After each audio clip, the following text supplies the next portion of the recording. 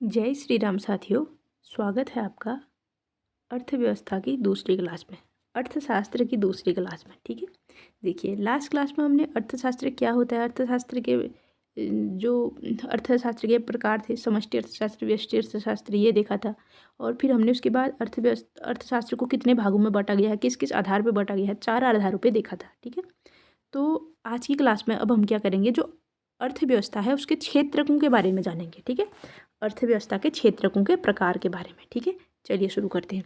तो इसको भी अर्थव्यवस्था के जैसे जिस तरह से हमने उनको बांटा था, विकास के आधार पे, स्वामित्व के आधार पे, अंतर्राष्ट्रीय संबंधों के आधार पे, और इनको उनको बांटा था ना अर्थव्यवस्था को, तो उसी तरह से इनके क्षेत्रकों को भी बांटेंगे। ठीक है, अब गतिविधियों के आधार पे पहला देखिए, गतिविधियों के आधार पर अर्थशास्त्र को 3 भागों में बांटा गया है मुख्यतः। ठीक है, मुख्यतः 3 भागों में, प्राथमिक क्षेत्रक, द्वितीयक क्षेत्रक, तृतीयक क्षेत्रक। ठीक है, प्राथमिक क्षेत्रक, द्वितीयक क्षेत्रक, तृतीयक क्षेत्रक, इसके आधार पे, गतिविधियों के आधार पे। इनके बारे में हम विस्तृत रूप से चर्चा बाद में करेंगे, बस अभी आप इनका जो वो देख लीजिए हल्का हल्का कि मतलब किस तरह से होगा ये। ठीक है, और दूसरा आधार है कार्य की शर्तों एवं परिस्थितियों के आधार पर। कार्य की शर्तों एवं परिस्थितियों के आधार पर अर्थव्यवस्था के क्षेत्रकों को 2 भागों में बांटा गया है, संगठित और गैर संगठित, ऑर्गेनाइज्ड और अनऑर्गेनाइज्ड। ठीक है, ऑर्गेनाइज्ड और अनऑर्गेनाइज्ड, किसके आधार पे, कार्य की शर्तों और परिस्थितियों के आधार पे। और तीसरा आधार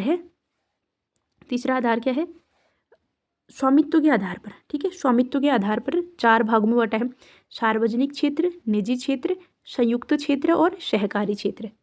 आपको इतना समझ में आ गया। देखिए अर्थव्यवस्था के क्षेत्रकों को हमने अलग अलग तरह से बांट रखा है, गतिविधियों के आधार पर, कार्य की शर्तों एवं परिस्थितियों के आधार पर, और स्वामित्व के आधार पर। ठीक है, स्वामित्व के आधार पर सार्वजनिक क्षेत्र, निजी क्षेत्र, संयुक्त क्षेत्र, सहकारी क्षेत्र। कार्य स्थिति और शर्तों और परिस्थितियों के आधार पर ऑर्गेनाइज्ड सेक्टर और अनऑर्गेनाइज्ड सेक्टर।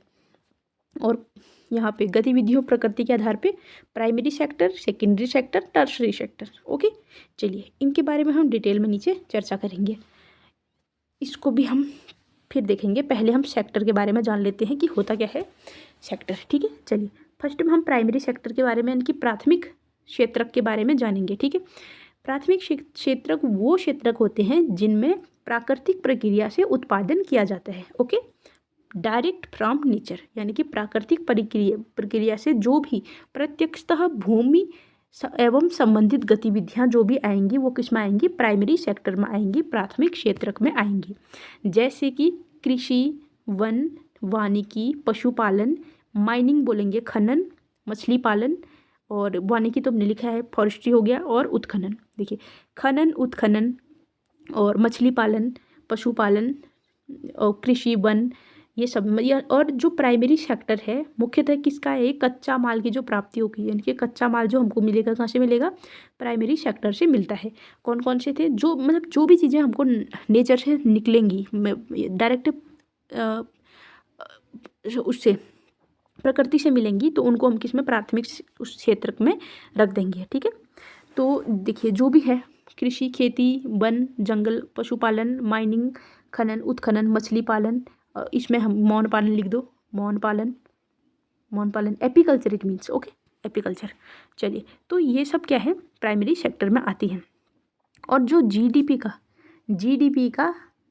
अब देखिए एक सेकेंड, जो प्राइमरी सेक्टर है यहाँ पे देखिए, प्राइमरी सेक्टर का जीडीपी में योगदान कितना है, 15.9%, लगभग 16% है, लगभग 16% है जीडीपी में योगदान। लेकिन यहाँ से रोजगार बहुत ज़्यादा आता है, यानी कि 43% रोजगार आता है प्राथमिक क्षेत्र में, जो कृषि, पशुपालन, जो भी नेचर से संबंधित, खनन, उत्खनन, माइनिंग, ये भी जो भी चीज़ें हैं वो उन सब से भले ही हमारे जीडीपी में, यानी कि ग्रॉस डोमेस्टिक प्रोडक्ट, सकल घरेलू आय, इसमें सकल घरेलू उत्पाद में जो भी योगदान है वो केवल 15.9% का है, जबकि रोजगार दिलाने में ये सबसे ज़्यादा स्थान पे है। ठीक है, यानी कि 43% रोजगार दिलाता है कौन, प्राथमिक क्षेत्रक। और इसकी ग्रोथ रेट 3.8%। इसको अभी बाद में देखेंगे, बस मेरे को ये बताना है कि प्राथमिक सेक्टर में है क्या। ठीक है, और देखिए जो प्राथमिक सेक्टर में जो लोग काम करेंगे, जो प्राथमिक सेक्टर के जो श्रमिक होंगे, उनको रेड कॉलर जॉब बोलेंगे। ठीक है, उनकी जॉब को क्या बोलते हैं, रेड कॉलर जॉब बोलेंगे, ठीक है। चलिए, और देखिए अगर ये जीडीपी का केवल 17% नहीं है, ठीक है, पिछला डेटा था लगभग 16% बोल दो, ठीक है, 15.9% है जीडीपी का, 15.9%, जबकि रोजगार में कितना 43% रोजगार देता है।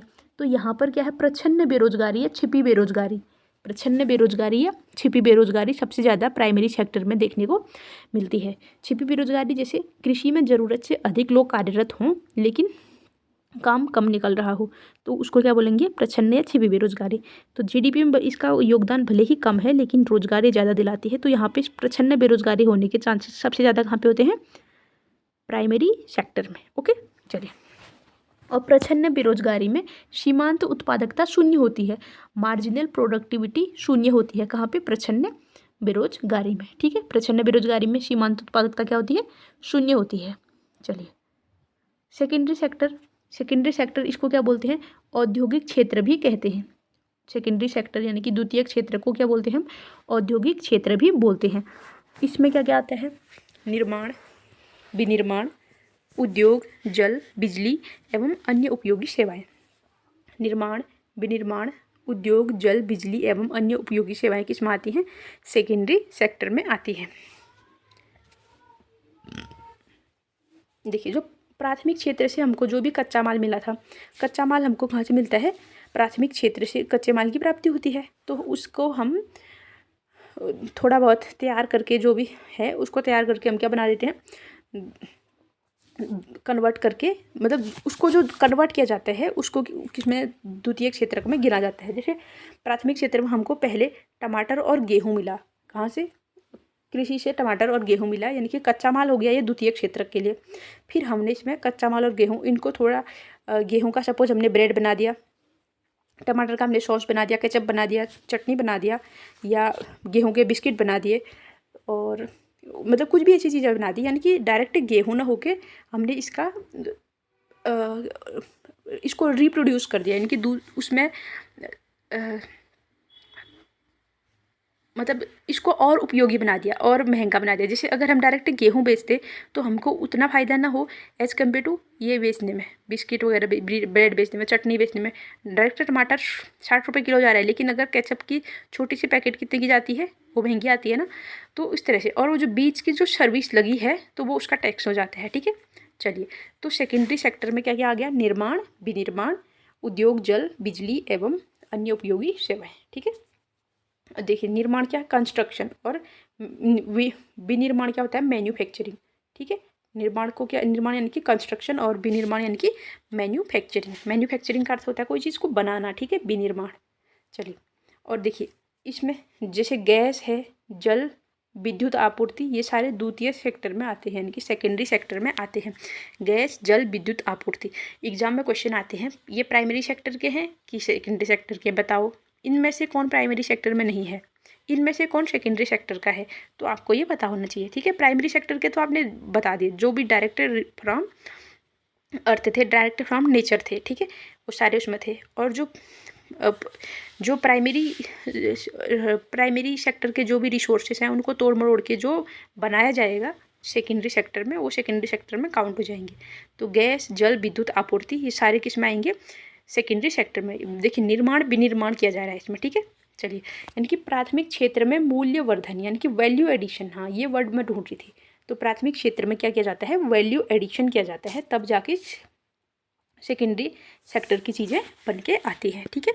चलिए, और जो देखिए प्राइमरी सेक्टर के जॉब वालों को हमने क्या बोला था, रेड कॉलर जॉब, और सेकेंडरी सेक्टर वाले, सेकेंडरी सेक्टर में जो काम करेंगे उनको बोलते हैं ब्लू कॉलर जॉब और वाइट कॉलर जॉब, दो चीज़ें बोलते हैं। देखिए क्यों, जो स्किल्ड लेबर है उनको वाइट कॉलर जॉब बोलेंगे, और जो नॉन स्किल्ड है उनको ब्लू कॉलर जॉब बोलेंगे, ठीक है। देखिए, स्किल्ड में ऐसे याद कीजिए, जो स्किल्ड, सपोज कोई IAS है या कोई बड़ा नेता है, तो वो क्या वाइट कॉलर, मतलब उसके कपड़े गंदे होने के चांस थोड़ा कम होते हैं, तो इसलिए उसने वाइट पहना है, ऐसे याद रखो। यानी कि जो स्किल्ड है, उसके पास स्किल है, तो इसलिए वाइट पहना है, ऐसे याद रख लो। और जो नॉन स्किल्ड है वो ब्लू पहनेगा, और प्राइमरी सेक्टर वाला तो रेडी पहनना है उसने।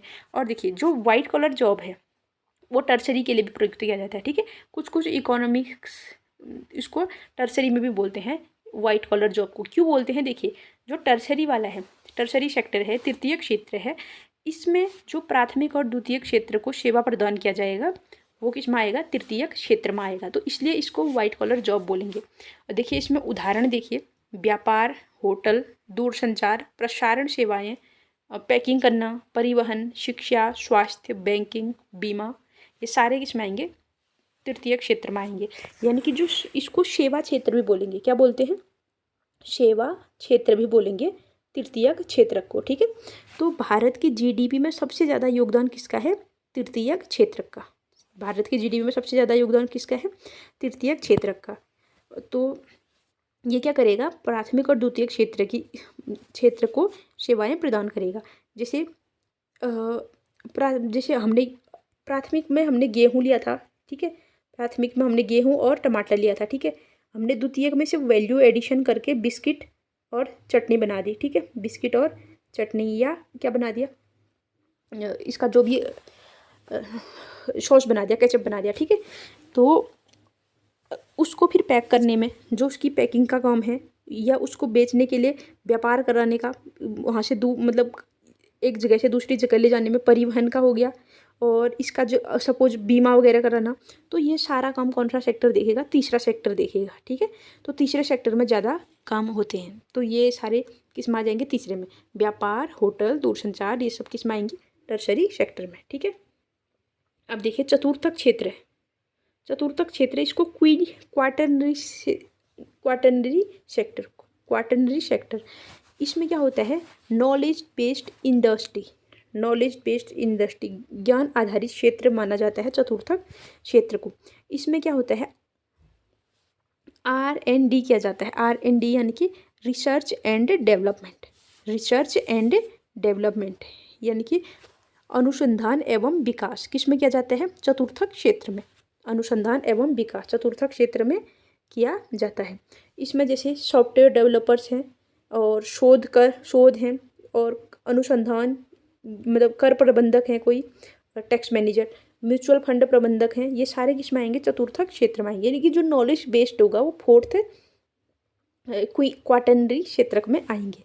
सॉफ्टवेयर डेवलपर्स हो गए, शोध या कर प्रबंधक, म्यूचुअल फंड प्रबंधक, सारे किस में आएंगे, रिसर्च एंड डेवलपमेंट के सारे काम चतुर्थक क्षेत्र में आएंगे। और जैसे चतुर्थक क्षेत्र में teachers, engineers, nurse, lab technician, doctors, ये सारे रिसर्च इंजीनियर सब इसी में आएंगे ना। देखिए रिसर्च एंड डेवलपमेंट, तो वकील, lawyer, teacher, nurse, lab technician, ये सारे चतुर्थक क्षेत्र में आएंगे, ठीक है। ये यहाँ से ऊपर को है, ठीक है, चतुर्थक क्षेत्र का, ये मिक्स मत करना क्योंकि मेरे कई बार के नोट्स हैं तो ये थोड़ा ऊपर नीचे हो जाते हैं, ठीक है। आप समझ गए, ये देखिए ये लाइन से ऊपर को आप क्या ले लेंगे, ये सारे हैं चतुर्थक क्षेत्र में। अब मैं हाईलाइटर का कलर चेंज कर लेती हूँ, ओके। चलिए अब आपको दिक्कत नहीं होगी।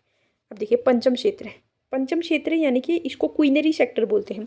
क्वीनरी सेक्टर, इसमें पॉलिसी मेकर, नीति निर्माता, यानी कि बड़े बड़े राजनेता, जो कंपनी के MD और CEO हैं, मैनेजिंग डायरेक्टर, CEO, जैसे कोई वैज्ञानिक हैं, वित्तीय प्रबंधक हैं, तो ये सारे किस में आएंगे, क्वीनरी सेक्टर यानी कि पंचम सेक्टर में आएंगे, ठीक है।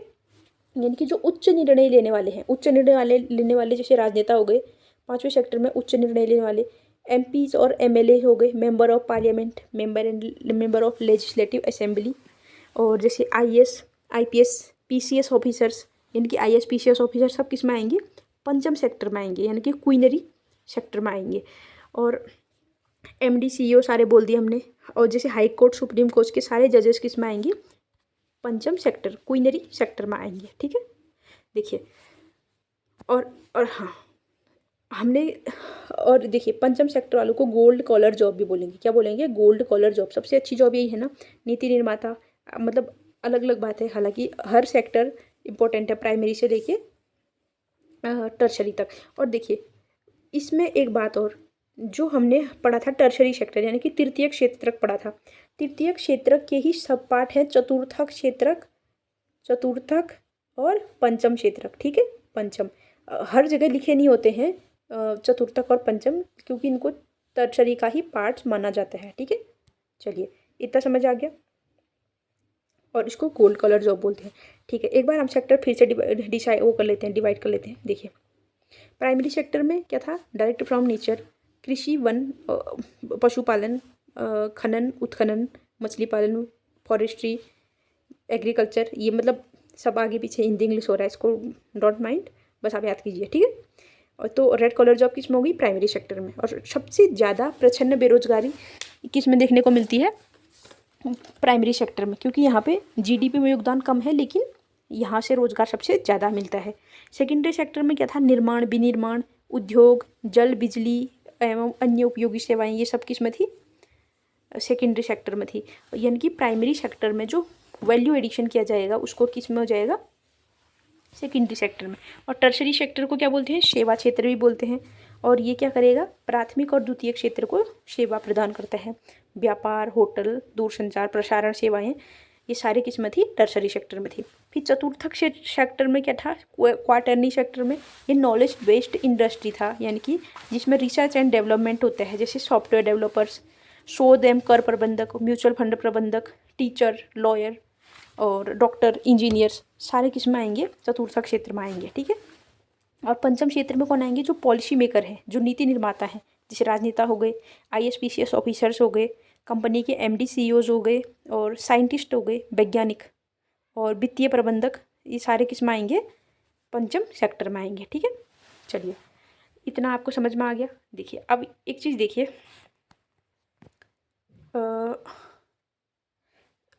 प्राइमरी सेक्टर, सपोज हमने माइन वो किया था, हमको लोहा मिला कहाँ से? डायरेक्ट फ्रॉम नेचर, ठीक है। प्रकृति से हमको डायरेक्ट लोहा मिला। हमने प्राथमिक क्षेत्र का जो लोहा था उसकी हमने क्या बना दी? कार बना दी द्वितीय क्षेत्र का, ठीक है। तो देखिए इसमें हमने वैल्यू ऐड करके, हालांकि लोहे में बहुत चीज़ें ऐड की होंगी, तो हमने क्या बना दी? कार बना के वैल्यू ऐड करके क्या बना दिया? कार। तो ये द्वितीय सेक्टर में आ गया। फिर जो तृतीयक सेक्टर वाला है उसने क्या करा दिया? इंश्योरेंस करा दिया इसका, बीमा, ठीक है। LIC वाले होते हैं, मतलब और भी होते हैं बीमा वाले, तो तृतीयक वाले ने क्या करा दिया? बीमा करा दिया। फिर चतुर्थक सेक्टर वाले ने क्या किया? रिसर्च एंड डेवलपमेंट करके, सपोज कार में इसने और अच्छी व्यवस्थाएं लगा दी, नए फीचर जोड़ दिए, म्यूजिक सिस्टम अच्छा कर दिया, और उसका जो उड़ने वाली कार बना दी कुछ और, मतलब कुछ भी ऐसा बना दिया थोड़ा हटके हो, जो एकदम नए सेक्टर, वो किसने जोड़े? चतुर्थक सेक्टर ने जोड़े। रिसर्च एंड डेवलपमेंट किया जिसने, जिसमें इंजीनियर्स होते हैं, टीचर्स वगैरह सारे होते हैं, ठीक है। और फिर पंचम सेक्टर वाला जो IAS, PCS, नीति निर्माता, ये जो राजनेता थे, MD, CEOs थे, ये सारे क्या बनाएंगे? फिर पॉलिसी बनाएंगे कि इसको किस तरह से बनाना है, क्या करना है। तो ये पूरा सारे आपस में क्या होते हैं? कनेक्टेड होते हैं, ठीक है। आई होप मैं आपको समझाने में कैपेबल रही होंगी। मैंने अपनी तरफ से पूरी कोशिश की। अगर आपको समझ में नहीं आया तो आप इसको दोबारा से देखिए, तो आपको ज़रूर आ जाएगा, ठीक है। चलिए, और देखिए उत्पादन के 4 साधन होते हैं, ठीक है साथियों। उत्पादन के 4 साधन होते हैं। क्या क्या होते हैं? लैंड, इट मीन्स भूमि, land, capital, labour, entrepreneur. Land, capital, labour, entrepreneur, ठीक है। Land, capital, labour, entrepreneur. देखिए भूमि, पूंजी, श्रम, उद्यमी। भूमि, पूंजी, श्रम, उद्यमी। जो भूमि है, भूमि पे क्या चाहिए होगा? लगान या किराया, इस पे लगेगा भूमि पे।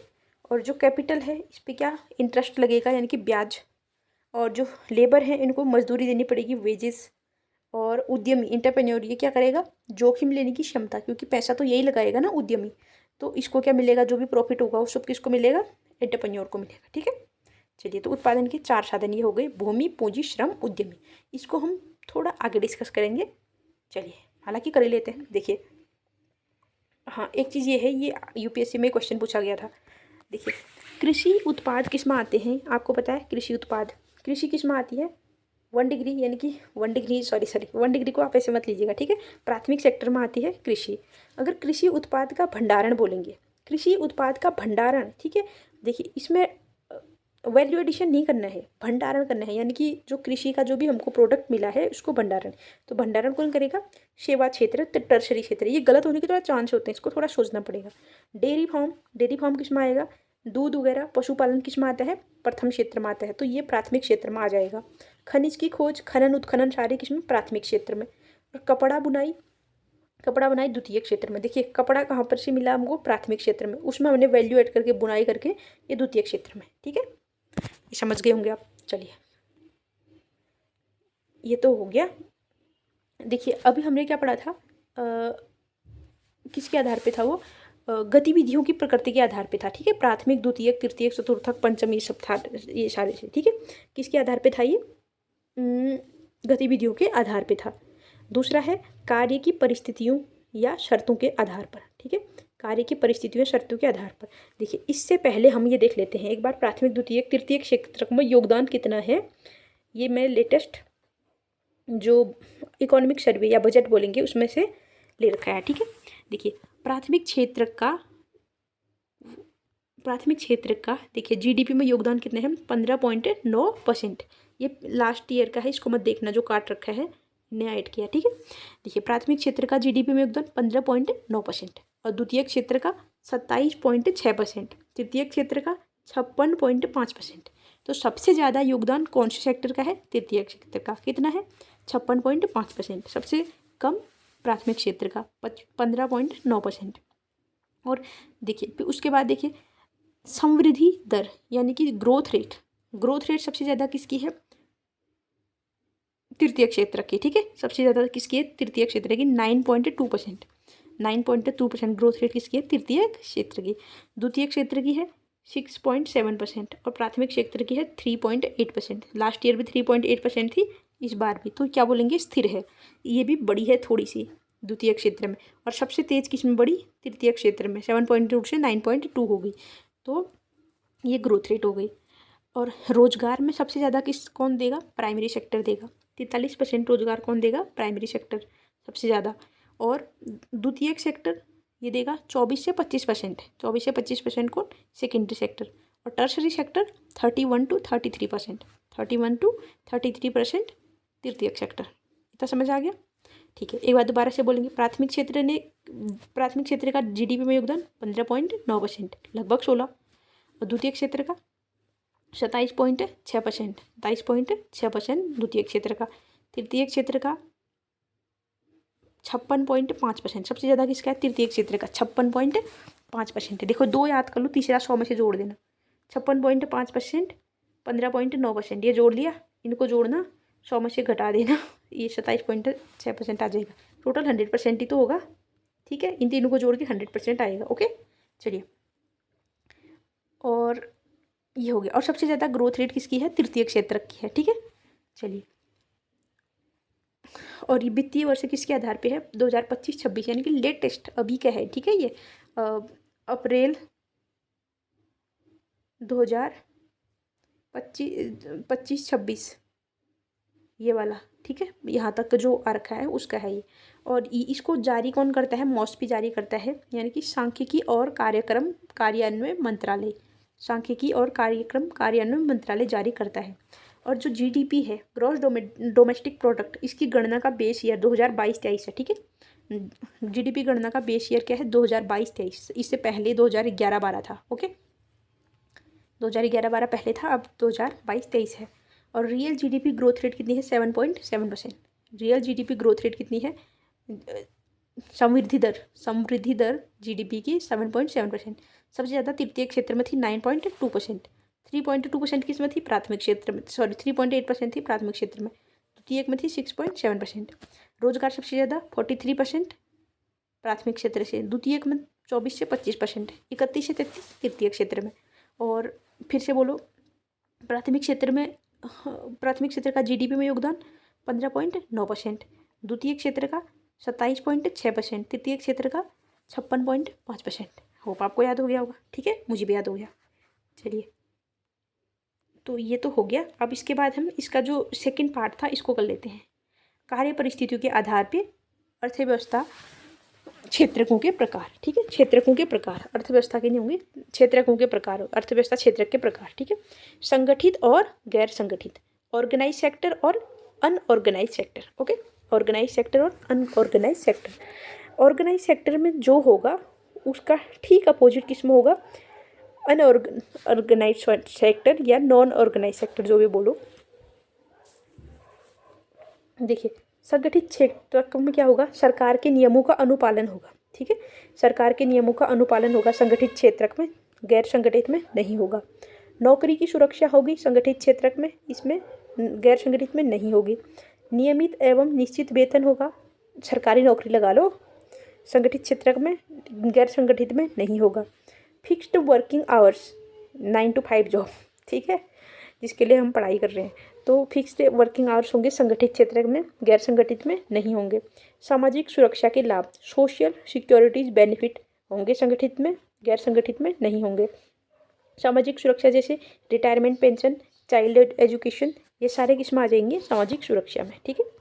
चलिए, अगर 20 से कम लोग कार्य करें, अगर 20 से ज़्यादा लोग कार्य करेंगे संगठित क्षेत्र में आएंगे, 20 से ज़्यादा लोग कार्य करेंगे तो संगठित क्षेत्र में, और अगर 20 से कम लोग काम करेंगे तो असंगठित क्षेत्र में आएंगे, ठीक है। और ये डेफिनेशन ईपीएफओ की डेफिनेशन है, ठीक है, लास्ट ईयर जिसका एग्जाम दिया था और सिलेक्शन नहीं हुआ, वही वाला ईपीएफओ, ठीक है। ईपीएफओ की डेफिनेशन है जिसमें अगर 20 लोग से ज़्यादा लोग कार्य करेंगे तो किस में काउंट होगा, वो संगठित क्षेत्र में काउंट होगा, ठीक है। चलिए, और इसमें क्या है, जो गिग वर्कर्स हैं, ठीक है, देखिए 20 से कम लोग अगर कार्य करें तो क्या होगा, असंगठित होगा। लेकिन जो गिग वर्कर्स जैसे स्विगी, जोमेटो, ये सब क्या है, इनमें तो हज़ारों लोग काम करते हैं लेकिन ये फिर भी असंगठित है, ये संगठित नहीं है, क्योंकि मतलब यहाँ पे कोई फिक्स तो है नहीं और जॉब की कोई सिक्योरिटी नहीं है। तो इनको क्या, यहाँ पे क्या बोलेंगे, जहाँ पर नियोक्ता और कर्मचारियों के बीच किसी भी प्रकार का औपचारिक अनुबंध नहीं होता। गिग वर्कर्स किनको बोलेंगे, जहाँ पे नियोक्ता और कर्मचारियों के बीच में किसी भी प्रकार का औपचारिक अनुबंध नहीं होगा, उनको हम गिग वर्कर्स काउंट करते हैं, ठीक है। तो ये गिग वर्कर्स किस में आते हैं, असंगठित क्षेत्र में, ठीक है। चलिए, तो ये तो हो गया किसके आधार पे, कार्य की शर्तों और परिस्थितियों के आधार पर संगठित और असंगठित, और गतिविधियों के आधार पे थे प्राथमिक, द्वितीयक, तृतीयक। कार्य और शर्तों के आधार पे हो गए संगठित और गैर संगठित। अब स्वामित्व के आधार पे देखेंगे, इसमें 4 प्रकार के होंगे, सार्वजनिक, निजी, संयुक्त, सहकारी। सार्वजनिक, निजी, संयुक्त, सहकारी। सार्वजनिक, निजी, संयुक्त, सहकारी। Public sector, private sector, combine और कोऑपरेटिव, ठीक है। Public sector, private sector, joint और कोऑपरेटिव, ठीक है। चलिए देखिए, सार्वजनिक क्षेत्र में क्या होगा, सार्वजनिक क्षेत्र जिस कंपनी में 51% से ज़्यादा शेयर, यानी 51% से ज़्यादा शेयर, यानी आधे से ज़्यादा शेयर अगर सरकार के पास होंगे तो क्या होगा, वो सार्वजनिक क्षेत्र की कंपनी होगी या सार्वजनिक क्षेत्र के अंतर्गत काउंट होगा। और अगर निजी क्षेत्र में क्या होगा, अगर 51% से ज़्यादा, यानी कि आधे से ज़्यादा शेयर्स अगर निजी कंपनी, निजी व्यक्ति या व्यक्तियों के समूह के पास हों तो वो किस में काउंट होगा, प्राइवेट सेक्टर में काउंट होगा, ठीक है। इतना समझ आ गया। चलिए, और देखिए, अगर इसको लिखते हैं तो पब्लिक लिमिटेड लिखेंगे, किसको, पब्लिक सेक्टर के लिए। प्राइवेट लिमिटेड किसके लिए लिखेंगे, निजी क्षेत्र के लिए। और कोऑपरेटिव ये किसके लिए लिखते हैं, सहकारी क्षेत्र के लिए, ठीक है। चलिए, देखिए, जैसे सार्वजनिक क्षेत्र का हमने एग्जांपल लिया है, जिस कंपनी में 51% यानी कि आधे से ज़्यादा शेयर सरकार के पास हों, जैसे CPSECs यानी कि सेंटर पब्लिक सेक्टर एंटरप्राइजेस, यानी कि केंद्रीय सार्वजनिक क्षेत्र के उपक्रम, केंद्रीय सार्वजनिक क्षेत्र के उपक्रम, सेंटर पब्लिक सेक्टर एंटरप्राइजेस। ये किसमें, इसमें 3 प्रकार की कंपनियां हैं सार्वजनिक क्षेत्र की, ठीक है। 3 प्रकार की कंपनियां हैं, महारत्न कंपनी, नवरत्न कंपनी, मिनी रत्न कंपनी, इनको दर्जा दिया गया है, ठीक है। महारत्न कंपनी, नवरत्न कंपनी, मिनी रत्न कंपनी। अभी कुल महारत्न कंपनी 14 है, एक बार देख लेना यार, मेरे को लग रहा है बढ़ गई है, ठीक है। 14वीं Hindustan aeronautical limited, I think 15वीं आ गई है, मुझे भी याद नहीं आ रहा क्या है, ठीक है, एक बार देख लेना। और नवरत्न कंपनियां 26, मिनी रत्न कंपनियां 65, ठीक है। ये सारी क्या है, हमारी पब्लिक सेक्टर की कंपनीज है, ठीक है, पब्लिक सेक्टर की कंपनीज हैं। चलिए, ये तो हो गया। महारत्न कंपनी टोटल 14, नवरत्न 26 और मिनी रत्न 65। देखिए, सबसे बड़ी महारत्न होती है, ठीक है, तो ये कम होंगी, फिर नवरत्न होती हैं, फिर मिनी रत्न होती हैं। 14, 26, 65 याद कर लेना इनको, ठीक है। ये आते हैं कि कितनी है कि और ये कैसे हैं करके। और फिर ये देखिए, फिर तीसरा जॉइंट सेक्टर, जिसमें सरकार और निजी दोनों का स्वामित्व होगा, इसको संयुक्त क्षेत्र बोलेंगे, जॉइंट सेक्टर, कोई रॉकेट साइंस नहीं है। सहकारी क्षेत्र, इसमें क्या होता है, कोऑपरेटिव सेक्टर, ग्राहक एवं मालिक स्वामी दोनों एक ही होते हैं। कोऑपरेटिव सेक्टर में क्या होता है, ग्राहक एवं मालिक स्वामी दोनों एक ही होते हैं। जैसे अमूल दूध की ब्रांड है गुजरात के आणंदा में, तो ये क्या है, इसमें सहकारी क्षेत्र के अंतर्गत आता है। और सहकारी क्षेत्र सहकारी समिति अधिनियम कब का है, 1912 के तहत पंजीकृत होना चाहिए। सहकारी समिति अधिनियम कब का, 1912 का। सहकारी समिति अधिनियम 1912 के तहत पंजीकृत होना चाहिए। और एग्जाम्पल, सेल्फ हेल्प ग्रुप, जैसे SHGs, सेल्फ हेल्प ग्रुप, यानी कि जैसे जीविका दीदी है, बिहार का है ये जीविका दीदी, तो ये सेल्फ हेल्प ग्रुप सारे किसमें आएंगे, सहकारी क्षेत्र में आएंगे। और एक ये है निगम क्षेत्र, निगम क्षेत्र यानी कि कॉरपोरेशन सेक्टर, ठीक है, निगम क्षेत्र कॉरपोरेशन सेक्टर, इसके 100% शेयर किसके पास होते हैं, सरकार के पास होते हैं, निगम क्षेत्र कहते हैं इसको, ठीक है। निगम क्षेत्र, जैसे LIC है, याद रखो, याद करो, LIC क्या बोल, इसका फुल फॉर्म क्या होता है, लाइफ इंश्योरेंस कॉरपोरेशन, हाँ life insurance, sorry life insurance corporation, जीवन बीमा निगम, ठीक है, निगम आ गया ना लास्ट में, निगम, तो इसके सारे शेयर किसके पास है, सरकार के पास है। तो एक ये कॉरपोरेशन सेक्टर भी होता है, ठीक है। कोऑपरेटिव और कॉरपोरेशन में अंतर रखना, कोऑपरेटिव सहकारी और कॉरपोरेशन निगम क्षेत्र, ठीक है। चलिए इतना तो समझ में आ गया, पक्का आ गया ना। देखिए हमने उत्पादन के साधन बताए थे जो, अब काम आने वाले हैं, अब काम आने वाले हैं, अब काम आने वाले हैं, ठीक है। चलिए पहले ये देख लेते हैं,